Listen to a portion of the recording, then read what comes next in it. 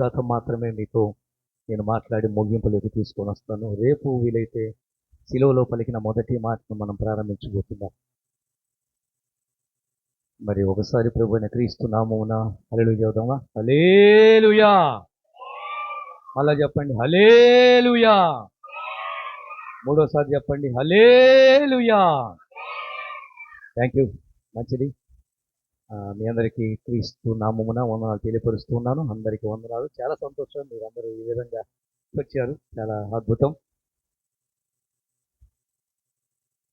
ఒకసారి ఒక ప్రాంతంలో ఒక దైవజనుడు, మంచి దైవజనుడు అంటే భక్తి కలిగిన వాడు, బైబిల్ జ్ఞానం కలిగిన వాడు. కానీ ఈయనకు తక్కువైంది ఏంటంటే లోక జ్ఞానం తక్కువ. వినండి, ఇక తలపైకి ఎత్తండి. లోక జ్ఞానము తక్కువ. బైబిల్ జ్ఞానం ఉంది, దేవుని జ్ఞానం ఉంది, కానీ లోకానికి సంబంధించిన జ్ఞానం కూడా ఉండాలి. ఈ పండితుడికి లేక ఈ యొక్క దైవజనుడికి లేక ఈ పాస్టర్ గారికి ఈ లోక జ్ఞానం తక్కువ. ఈయన భక్తిని చూసి ఒక రైతు ఏం చేశాడంటే ఒక ఆవును గిఫ్ట్గా ఇచ్చాడు.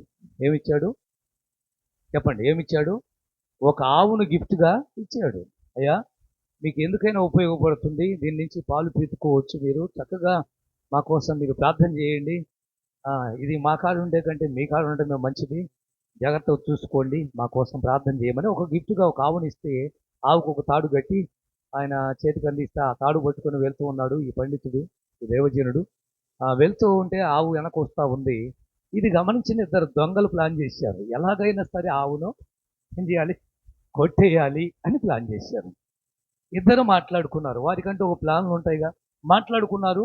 పద ఎట్టకేలకి ఈ పండితుడిని మోసం చేయాలని చెప్పేసి వచ్చారు. వచ్చి ఈ ఆవుకు మెడకున్న తాడును తీసి తిన్నగా ఒకడు తన మెడకు తగిలించుకున్నాడు. ఎవరికి తగిలించుకున్నాడు? తన మెడకు తగిలించుకున్నాడు. ఒకడేమో ఆవును తోలుకొని తిన్నగా వెనక నుంచి వెనకే వెళ్ళిపోయాడు. ఈయన మాత్రము ఈయన భ్రమలో ఈయన వస్తా ఉన్నాడు.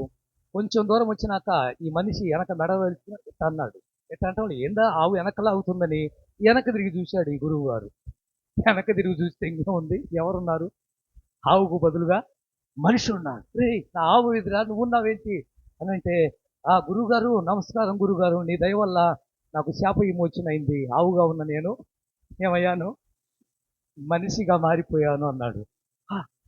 ఏమిటో నువ్వు అనేది? శాపం ఏంటి, నువ్వు ఆవు ఏంటి, మనిషి ఏంటంటే, లేదు గురువు గారు, నేను పుట్టగానే మా నాన్న చచ్చిపోయాడు, ఇక మా అమ్మ కష్టపడి పెంచింది, పెద్దవాడిని అయ్యాను, కానీ జూదానికి మోసానికి త్రాగుడుకు తిరుగుబోతు అలవాటుకు బానిసనైపోయాను. మా అమ్మ ఇదంతా చూసి రోజు నన్ను తిడుతుండేది, నేను మారలేదు.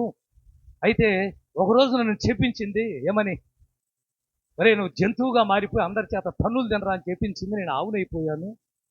అమ్మ మరి నాకు విడుదల ఏంటంటే, మా అమ్మ ఒక మాట చెప్పింది, ఒక మంచి గురువు గారు లేక ఒక మంచి పండితులు లేక ఒక మంచి దైవజనుడిగా నిన్ను దానంగా తీసుకుంటే నీకు శాప విమోచన దొరుకుతుంది అని చెప్పింది. మీరు గొప్ప దైవజనులు అనుకుంటా. ఎవరు? నువ్వు గొప్ప దైవజనులు కాబట్టి నాకు విమోచన దొరికిందయ్యా, ఆవుగా ఉన్న నేను మనిషిని అయిపోయాగానే, పోనీలేరా నా వల్ల నీకు విడుదలైన దొరికిందని చెప్పేసి ఈ పండితులు వెళ్ళి ఊరు మొత్తం చెప్తున్నాడు. ఏమని? నా చేతిలో ఉన్న ఆవు కాస్త మనిషిగా మారిందని ఊరంతా చెప్పుకుంటున్నారు. నిజమా? ఎలా జరిగిందని. ఇద్దరు దొంగలు తీసుకెళ్లారు. ఎవరైతే దానం ఇచ్చాడో అదే రైతుకు అమ్మేశారు ఈ ఆవును. అయ్యా, పండితులు గారు పంపించారు, గురువు గారు పంపించారు, ఆయనకు డబ్బు ఏదో అవసరం అనుకుంటా అమ్మిరమ్మన్నాడు, అందుకే మీ దగ్గరే తెచ్చామంటే, ఓహో డబ్బు అవసరమై ఉంటుంది అని చెప్పి కొంత డబ్బు ఇచ్చి ఆవును ఆ రైతే కొనుక్కున్నాడు, ఇచ్చిన రైతే. వినండి. అయితే ఈయనకు ఆ రాత్రి నిద్ర పట్ల ఈ రైతుకు. ఎందుకు అంటే, దానం ఇచ్చిన ఆవును మరలా నేను తీసుకోవటం ఏంటని ఉదయాన్నే గురువుగారిని పిలిపించి, దైవజనుని పిలిపించి, అయ్యా మీకు దానం ఇచ్చాను, మళ్ళా నా దగ్గర ఈ ఆవు ఉంటాం నాకు ఇష్టం లేదు, రాత్రి నిద్ర లేదు, దయచేసి దీన్ని తీసుకొని వెళ్ళండి అంటే ఈయన ఒక్కసారిగా కమ్ము తిన్నాడు. ఎవరు? పాస్టర్ గారు. రే, నువ్వు మారిపోయావా? ఆ తాగుడు మానలేదా నువ్వు? ఏంది ఆ జూదం మానలేదా నువ్వు అని ఆవును తిట్టడం మొదలుపెట్టాడు. ఎందుకు? మరలా నిన్ను దానం తీసుకుంటే నీకు పాప విమోచన తెచ్చిపెట్టాలా? పాపిస్తూ వాడి, పనికి మాలిన వాడి, పాపి, నీకు నేను విమోచన చేయను, నువ్వు ఎక్కడే చావు, నీ అమ్మ మాట లేదు, ఆఖరికి పెద్దవాడిగా చెప్పిన నా మాట కూడా వినలేదని చెప్పేసి అక్కడి నుంచి వెళ్ళిపోయాడు, దానంగా ఆవును కూడా తీసుకోకుండా. వినండి, ఇంకా అర్థమవుతుందో లేదో. ఏమని? అప్పుడు ఆ రైతు నవ్వుకున్నాడట. ఈయనకు బైబిల్ జ్ఞానం అయితే ఉంది కానీ, దైవ జ్ఞానం అయితే ఉంది కానీ లోక జ్ఞానం లేదని నవ్వుకున్నారట. అంటే ఆవు మనిషిగా మాత్రం ఏంటి? ఆలోచించొద్దు. సమాజాన్ని కాస్త చదవండి, మనుషుల జీవితాలను చదవండి, కాస్త ఉదయకాలం పేపర్ వస్తుంది, వార్తలు కాస్త చదవండి, లోకంలో ఏం జరుగుతుందో తెలుసుకోండి, మన పక్కన ఏం జరుగుతుందో తెలుసుకోండి, ప్రపంచంలో ఏం జరుగుతుందో తెలుసుకోండి. ఏమంటే గ్యాస్ ఆపేశారుగా, ఆన్లైన్ గ్యాస్ ఆపేశారుగా, ఇక మన పరిస్థితి ఏంటి? కట్టెల పొయ్యి మీద వండుకోవాలా? అర్థమవుతుందా మీకు? ఏమండి, ఇరాక్లో జరుగుతున్న యుద్ధం వల్ల, అమెరికాకు ఇరాక్ జరుగుతున్న యుద్ధం వల్ల గ్యాస్ అక్కడి నుంచే రావాలి. ఇప్పుడు గ్యాస్ ఏమైంది? ఆపేశారు. ఇంకా ఏం జరగబోతున్నాయో, మనం ఊహించిన ఎన్ని జరగబోతున్నాయో కాస్త ఎంతసేపు ఉన్న దేవుడు ఇదే కాదు, ప్రపంచంలో ఏం జరుగుతుంది, బయట ఏం జరుగుతుంది, మనుషులు ఎలా ఉన్నారు, ఏమండి ఎంతమంది దగ్గర మనం మోసపోవటం లేదు. ఒక్కొక్క మనిషిని చదవండి, నేర్చుకుంటాం కొన్ని పాఠాలు. ఆ రోజు ఆ గురువు గారు అనుకున్నాడు, "ఆ, నా వల్ల ఆవు ఎమోషన్ దొరికిందని." వస్తే ఏమీ లేదు అక్కడ. చదవండి రోమీయులకు రాసిన పత్రిక 5వ అధ్యాయం 6వ వచనం నుంచి, రోమ పత్రిక 5వ అధ్యాయము 6వ వచనం, 7వ వచనం, 8వ వచనం, 9వ వచనం, 11వ వచనం దాకా. ఎలయనగా మనం ఇంకా బలహీనులమై ఉండగా క్రీస్తు యుక్త కాలమున భక్తిహీనుల కొరకు చనిపోయెను. నీతిమంతుని సైతము ఒకడు చనిపోవుట అరుదు. మంచివాని కొరకు ఎవడైనా ఒకవేళ చనిపోవచ్చును, తెగింపవచ్చును. అయితే దేవుడు మన ఎడల తన ప్రేమని వెల్లడిపరిచి ఉన్నాడు. ఎట్లనగా పాపులమై ఉండగానే క్రీస్తు మన కొరకు చనిపోయెను. కాబట్టి ఆయన రక్తం వలన ఇప్పుడు నీతిమంతులుగా తీర్చబడి మరింత నిశ్చయముగా ఆయన ద్వారా ఉగ్రత నుండి రక్షింపబడదము. 10వ వచనం, ఎలయనగా శత్రువులమై ఉండగా ఆయన కుమారుని మరణము ద్వారా మనము దేవునితో సమాధానపరచబడిన ఎడల సమాధానపరచబడిన వారమై ఆయన జీవించుట చేత మరి నిశ్చయముగా రక్షింపబడదుము. 11వ వచనం, అంతేకాదు మన ప్రభు అయిన యేసుక్రీస్తు ద్వారా మనము దేవుని యందు అతిశయపడుచున్నాము. ఆయన ద్వారానే మనం ఇప్పుడు సమాధాన స్థితి పొంది ఉన్నాము అని ఈ రోమపత్రిక అంతా ధర్మశాస్త్రం గురించి ఉంటుంది. పాపము, విమోచన, విడుదల, యేసు రక్తము, ఇవన్నీ కూడా ధర్మశాస్త్రం గురించి అపొస్తలుడైన పౌలు రోమా సంఘానికి రాస్తూ ఈ 5వ అధ్యాయానికి వచ్చే వరకు అంటాడు, క్రీస్తు యుక్త కాలమున ఎవరి కోసం చచ్చిపోయాడు? మనం ఇంకా బలహీనులమై ఉండగా క్రీస్తు యుక్త కాలమున భక్తిహీనుల కొరకు ఆయన చనిపోయాడు. నీతిమంతుని కొరకు సైతం ఒకడు చనిపోవుట అరుదు. మంచివాని కొరకు ఎవడైనా చచ్చిపోవచ్చు. ఒక మంచి అమ్మాయి కోసం, ఒక మంచి అబ్బాయి కోసం, ఒక మంచి తల్లిదండ్రి కోసం, ఒక మంచి భర్త కోసం ప్రాణం పెట్టవచ్చు మంచివాడు కాబట్టి. కానీ ఒక బలహీనుడు కోసం, ఒక పనికిమాలిన వారి కోసం, ఒక పాపి కోసం ఎవడైనా ప్రాణం ఇస్తాడా? అయితే మన ప్రభు అయిన క్రీస్తు ఇక్కడ తన ప్రాణాన్ని ఇచ్చినట్టు బైబిల్ మనకు సెలవిస్తుంది. భక్తిహీనుల కొరకు, బలహీనుల కొరకు. ఇంకా కిందకు వస్తే 4 విషయాలు ఇక్కడ రాయబడి ఉన్నాయి. పాపులమై ఉండగానే క్రీస్తు మన కొరకు చనిపోయెను అని 8వ వచనంలో ఉంది. భక్తిహీనులు, బలహీనులు, పాపులు, ఆఖరిలో శత్రువులుము. మనం ఎవరము? శత్రువులు. యేసును సిలువేసి చంపిన వాళ్ళం మనమే. మన పాపమే యేసును సిలువకు అప్పగించింది. మన పాపమే యేసును సిలువను ఎక్కించింది. మన పాపమే ఆయన కాళ్ళు చేతుల్లో యేసును మేకులు దించేశాయి. మన పాపమే ఆయన తలపై ముళ్ళ కిరీటం పెట్టేలా చేశాయి. మన పాపమే ఆయన ముఖంపై ఉమ్మి వేసేలా చేశాయి. మన పాపమే ఆయన తీర్పులో నిలబెట్టే అన్యాయంగా సిలువను, శిక్షను అమలు చేశారు. ఇప్పుడు మనం ఎవరని చెప్పండి? శత్రువులు కాదంటారా?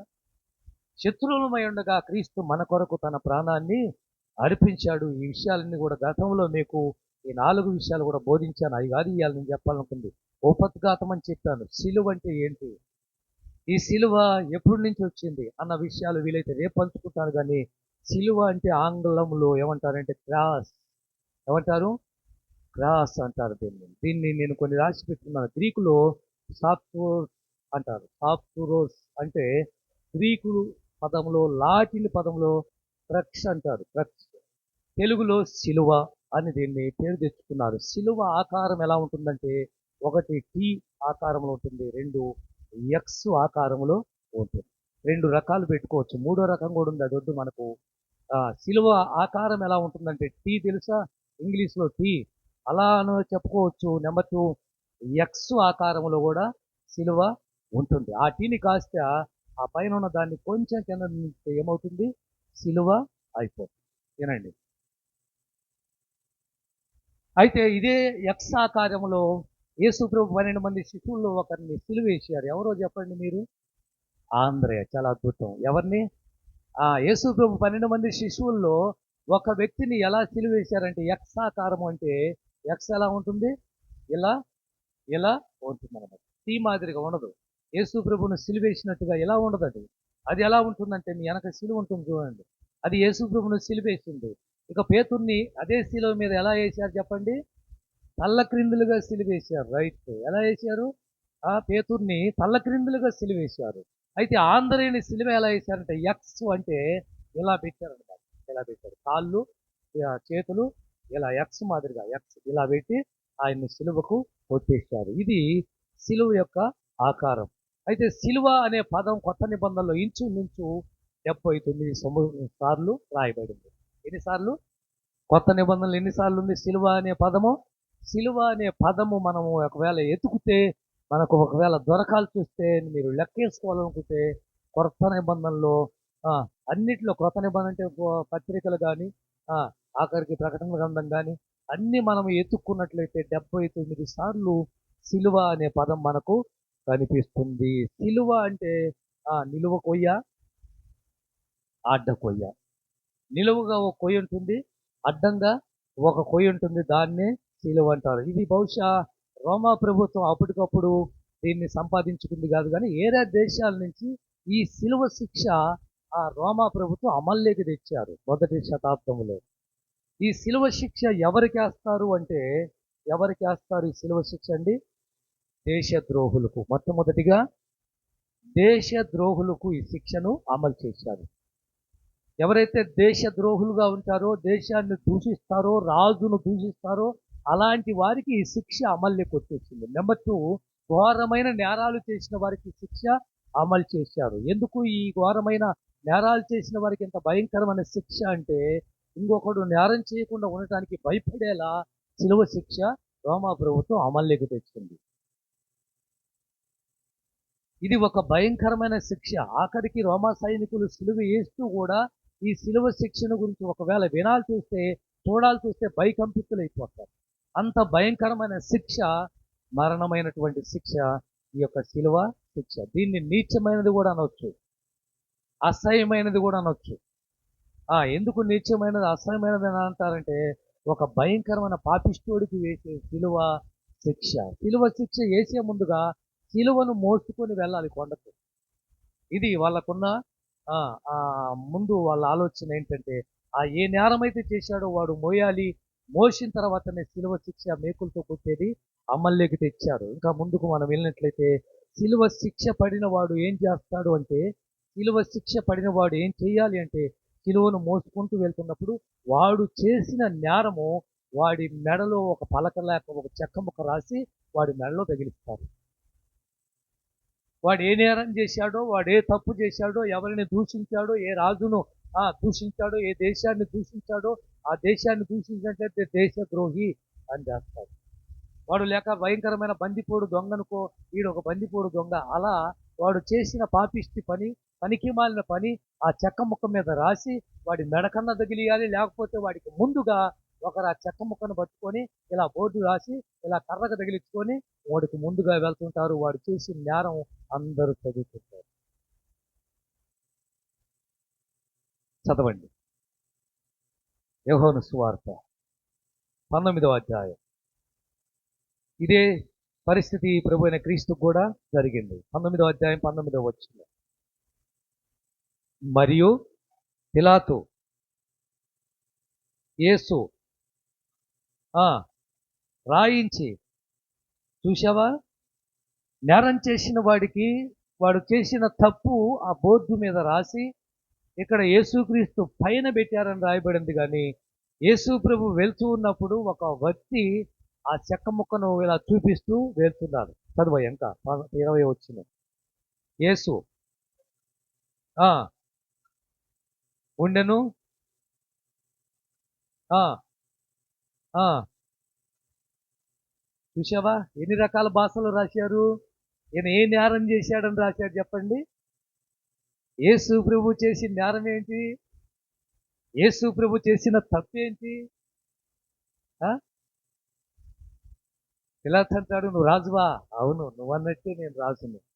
ఎవరికి రాజు? యూదుల రాజు. అందుకే పిలాతు శిక్ష విధించే ముందు మీ రాజును మీకు విడుదల చేస్తానంటాడు. తెలుసా మీకు? మీ యూదులకు రాజు కదా ఆయన. ఈ పండగకు ఒకరిని విడుదల చేయాలి కదా. బరబ్బ కావాలా, యేసు కావాలా? మీ రాజును కోరుకోండి అని బతిలాడాడు, కోరుకోవాలా? బరబ్బాను మాకు విడుదల చేయండి, యేసును సిలువ. ఆయన చేసిన నేరం ఏముంది? యూదులకు రాజునని చెప్పుకున్నాడు, అది రాశారు అక్కడ.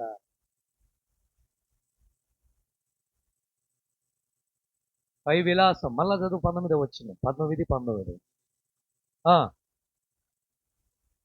యేసు అని ఏమి రాశారు?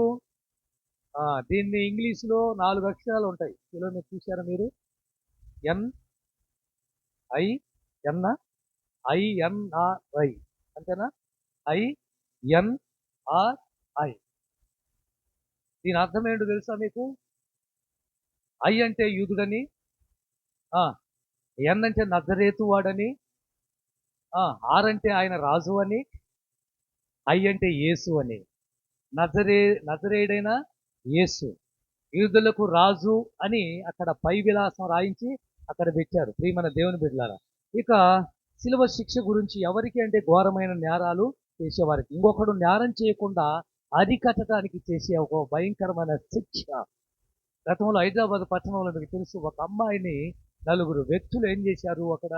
ఆ అమ్మాయిని బలాత్కారం చేశారు. అమ్మాయిని బలాత్కారమే చేయటం కాదు, అమ్మాయిని చంపేశారు. ఇప్పుడు ఈ 4 వ్యక్తులకు శిక్ష ఏం వేశారు చెప్పండి? ఎన్కౌంటర్ చేసి పడేశారు. ఎందుకు చేశారు అంటే, ఇంకొకటి ఇలాంటి తప్పు చేయకుండా ఉండాలి అంటే ఇలాంటి శిక్ష వేయాలి అని చంపేశారు. కొన్ని దేశాల్లో కొన్ని రకాల శిక్షలు అమల్లో ఉన్నాయి.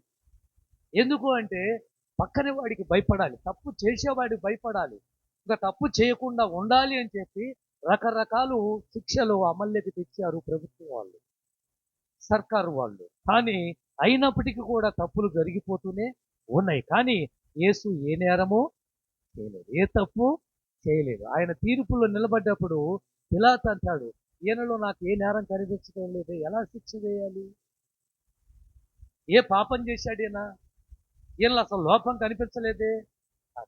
ఆయన భార్య పంపిస్తుంది ఒక ఉత్తరము, దయచేసి ఆయన జోలి వెళ్ళొద్దు, ఆయన నీతిమంతుడు అని. ఆఖరికి ఏమీ దొరక్క ఆయన మీద అబద్ధ సాక్ష్యాలు చెప్పింది ఏంటంటే, ఇదిగో ఈయన సొలొమోను కట్టించిన యెరూషలేము మందిరం 3 రోజుల్లో పడగొట్టి 3 రోజుల్లో లేపుతాడట అనే ఒక తప్పును తీసుకుని వచ్చారు. రోమా ప్రభుత్వం అయినటువంటి పిలాతు గారిని రెచ్చగొట్టడానికి వాళ్ళు వాడిన పదం ఏంటో తెలుసా? నువ్వు రాజుగా ఉంటే మరొక రాజు అని చెప్పుకుంటున్నాడు, యూదులకు రాజు అని చెప్పుకుంటున్నాడని ఆయన రెచ్చగొట్టారు. అబద్ధ సాక్ష్యాలు 100 రూపాయలు ఇచ్చి, 50 రూపాయలు ఇచ్చి, 500 ఇచ్చి అబద్ధ సాక్ష్యాలు ఈరోజు కోర్టులో చెప్పటం లేదా? 25,000 రూపాయలు ఇచ్చి నా పక్షాన మాట్లాడమని అబద్ధ సాక్ష్యాలు చెప్పించి అన్యాయం చేస్తున్న వారు ఎంతమంది లేరు? ఆ రోజు యేసుకు జరిగింది కూడా అదే. మీకు ఎవరు కావాలి? బరబ్బ కావాలా? ఇదిగో మీ రాజైన యేసు కావాలా అని అడిగితే, మాకు బరబ్బాను విడుదల చేయండి, యేసును సిలువేయండి అని కేకలేసింది ఎవరో తెలుసా? డబ్బులు ఇస్తే కేకలేశారండి. లంచం తీసుకొని కేకలేశారండి. కేకలేయించారు యేసు ప్రభువుని సిలువేయండి. 19వ అధ్యాయం యోహాను సువార్త 17వ వచనం. ఇక కల్వరి కొండ గురించి మనం చూద్దాం. వారు యేసును తీసుకొని పోయిరి, కపాల స్థలమున చోటికి వెళ్ళెను. 17వ వచనం చదివా? ఎబ్రీ భాషలో దానికి గొల్గొతా అని పేరు ఉంది.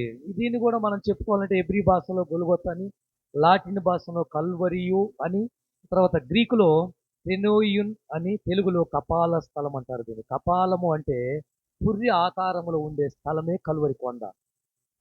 మన పుర్రె ఎలా ఉంటుందో, మన తలకాయ ఎలా ఉంటుందో అలాంటి ఆకారములో ఉంది కాబట్టి దానికి కపాలము అని పెట్టారు. కపాలం అంటే మనిషి తలకాయ అని అర్థం. ఈ కపాలం అనే స్థలములో మనిషి చేయరాని పాపాలు చేస్తే అదే కపాలం అనే స్థలములో దేవుడు చేయదగిన త్యాగాన్ని చేశాడు. ఏ మనిషి అయితే ఆ కపాలం అనే ఈరోజు ఎన్ని ఎన్ని ఈ కపాలములు ఎన్ని ఉన్నాయి ఏమండి? ఆ? ఈ తలకాయలో ఎన్ని ఉన్నాయి? ఎన్ని ఊహలు, నువ్వు రాత్రుల్లో పడుకుంటే ఎన్ని దుర్మార్గపు ఆలోచనలు. మీరు కాదండో, చాలా రకమైన మనుషులు రాత్రులు నిద్రపోతున్నారా, ఎన్ని చెడ్డ తలంపులు. ఏమండి?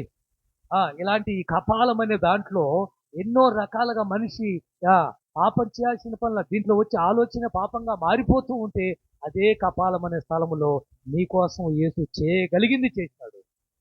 నీ కపాలం అనే మార్పు రావాలని. దీన్ని కల్వరి కొండ అంటారు, కపాలం అంటారు, గొల్గోత అంటారు.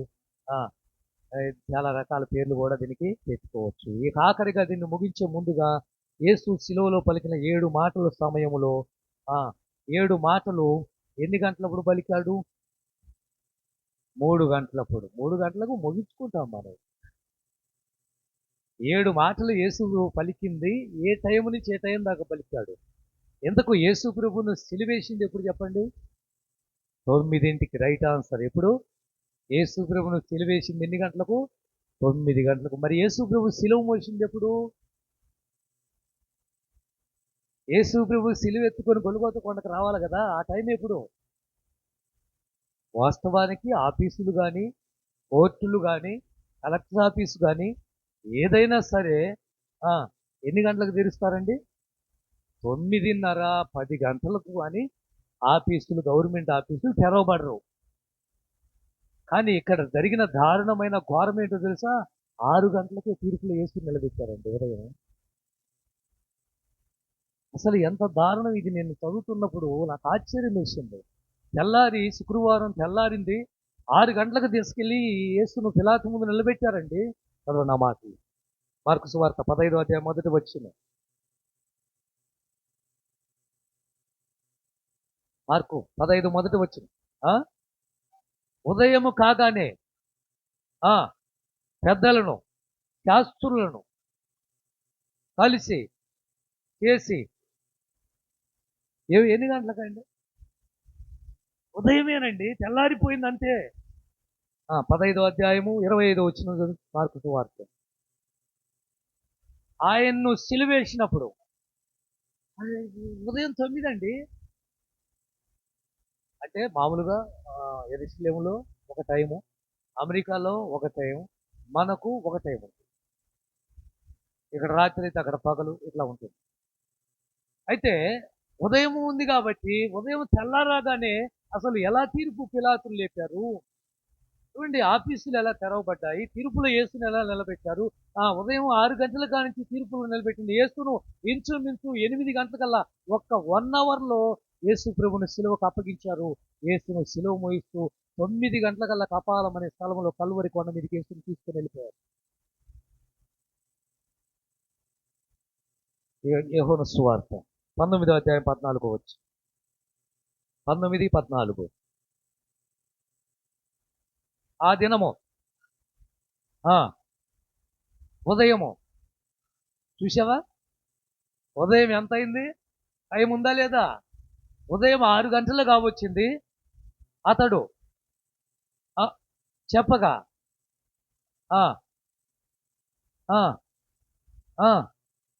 సిలువ వేయము. ఒక రాజే చెప్తున్నాడు పిలాతు, ఇదిగో మీ రాజురా నాయన, మిమ్మల్ని పాలించేవాడు, మిమ్మల్ని పరిపాలించేవాడు, మిమ్మల్ని బాగా చూసుకుంటాడు, మీకు కావలసినవన్నీ ఇచ్చే రారాజు, మీ రాజు, ఇదిగో తీసుకోండి, విడిపించుకోండి శిక్ష నుంచి అంటే ఆయన్ను సంహరించండి, ఆయన్ను సిలువేయండి, నాకు బరబ్బే కావాలి, బందిపోడు దొంగలు కోరుకున్నారు. ఆ రోజు యేసును 6 గంటలకే శిక్ష అమల్లోకి వచ్చేసింది. 6 నుంచి మనం చూస్తే 9 గంటలకల్లా గొల్గోతా కొండకు యేసును తీసుకొని వెళ్ళిపోయారు, సిలువ మోయించారు. 9 గంటలకల్లా యేసు కాళ్ళల్లో, చేతుల్లో మేకుళ్ళు కొట్టి పడేశారు. ఆకాశానికి భూమికి మధ్య 9 గంటలకి యేసును సిలువలో వేలాడదీశారండి. ఎంత దారుణము! ఈ 9 గంటల మొదలుకొని 3 గంటల లోపు పలికిన సిలువలో పలికిన 7. ఆ టైము ఎప్పుడు అంటే మొదటి మాట ఇంచుమించు మనం చూసినట్లయితే మొదటి మాట దీనికి రెఫరెన్స్ ఏముండవు కానీ 10 నుంచి 11 గంటల లోపు ఆ మొట్టమొదటి మాటకు ఇంచుమించు గంట టైం పట్టింది.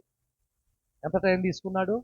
మొదటి మాట ఏం మాట? తండ్రి వీరేమి చేస్తున్నారు, వీరు ఎరుగరు గనుక వీరిని క్షమించు అనే మాట పలకటానికి యేసు ప్రభుకు ఇంచుమించు 9 నుంచి 10, 11 గంటల లోపు 2 గంటల టైం. మరి ఈ లోపు ఎంత జరిగి ఉంటుందో చూడండి. ఇక 11 నుంచి 1 గంట లోపు ఎన్ని మాటలు జరిగినాయంటే రెండో మాట, మూడో మాట జరిగిపోయింది. ఈ 2 గంటలు 3 గంటల మధ్య ఇంచుమించు 4 మాటలు మాట్లాడారు. ఆఖరి 4 మాటలు 3 గంటల లోపే, మధ్యాహ్నం 3 గంటలకు ఆయన పెద్ద కేక వేసి, తండ్రి నీ చేతికి నా ఆత్మను అప్పగించున్న ఆఖరి మాటతో ఆయన ప్రాణం విడిచినట్టు మనం బైబిల్లో చూస్తున్నాం. సిలువ అంటే ఏంటో ఈరోజు మనం తెలుసుకున్న ఉపద్ఘాతం. రేపు తండ్రి వీరేమి చేయుచున్నారు, వీరు ఎరుగురు కనుక వీరిని క్షమించు అనే మొదటి మాట మనం చూడబోతున్నాం. అందరు రండి, చాలా అద్భుతమైన సందేశాలు ఉంటాయి. విలువైనటువంటి మాటలు దయచేసి పోగొట్టుకోకండి. ముత్యాల కంటే విలువైనవి, ఒరిజినల్ కంటే, వైడీరియల కంటే విలువైన యేసు మాట మనం వినబోతున్నాం. ఈ రాత్రి సిలువ అంటే తెలుసుకున్నారు కదా. ఆ సిలువ యొక్క గురించి, ఆ సిలువ ఎక్కడి నుంచి వచ్చిందనేది కూడా రేపు కొంచెం చెప్పి ఆ తదుపరి మొదటి మాటకు నేను వెళ్ళిపోతాను. కళ్ళు మూసుకుందాం, ప్రార్థన చేసుకుందాం. దేవుడి మాటలను దీవించి ఆశీర్వదించునుగాక. దయగలిగిన మా తండ్రి మహోన్నతుడా, ఈ మొదటి రోజు హాజరైన ప్రతి బిడ్డను మీరు బలపరచండి. ఈ మొదటి రోజు నీ సన్నిధిలో ఉపవాస ప్రార్థనలో నేను ఉండాలి. నా కుటుంబం కోసం 21 రోజు ఉపవాసం ఉండాలి. ఈ 21 రోజు నా ప్రార్థన దేవుడు వినాలి, నాకు జవాబు ఇవ్వాలి. నా ఆత్మీయ జీవితాన్ని బలపరుచుకోవాలి. నిత్య జీవానికి నేను పరిగెత్తాలి, పరలోకం చేరాలి, ఆయనతో ఉండాలి అనే ఆశతో వచ్చిన ప్రతి ఒక్కరి ఆత్మీయ జీవితాన్ని ఎదిగేలా చేయమని వేడుకుంటున్నాను. ఈ 21 రోజు ప్రతి వారిలో మంట గుర్తించండి. భక్తి అని వైరాగ్యం కలిగించండి. నీతిలోకి నడిపించండి. అపవిత్రతను దూరంచి పాపమును కడిగి వేయండి. అయ్యా ఇప్పటి వరకు చేసినటువంటి అనేకమైనటువంటి దుర్మార్గమైన పనులు ఉంటే మాలో క్షమించండి. ఈ రోజు నుంచి అయినా పవిత్రంగా, పరిశుద్ధంగా నీ పాదాల దగ్గర ఒక సమిధలా మా అందరిని వెలిగించమని, కుడి వచ్చిన బిడ్డలందరినీ పేరు పేరున దీవించమని, సిలువ అంటే ఏమిటో, ఆ సిలువ శిక్ష ఏ విధంగా అమల్లోకి వచ్చింది, ఇవన్నీ మేము తెలుసుకున్నాం. ఈ మాటలు మా జీవితంలో ఆయన సిగురు పెట్టేలా సహాయం చేయమని యేసు నామమున ప్రార్థిస్తున్నాము తండ్రి.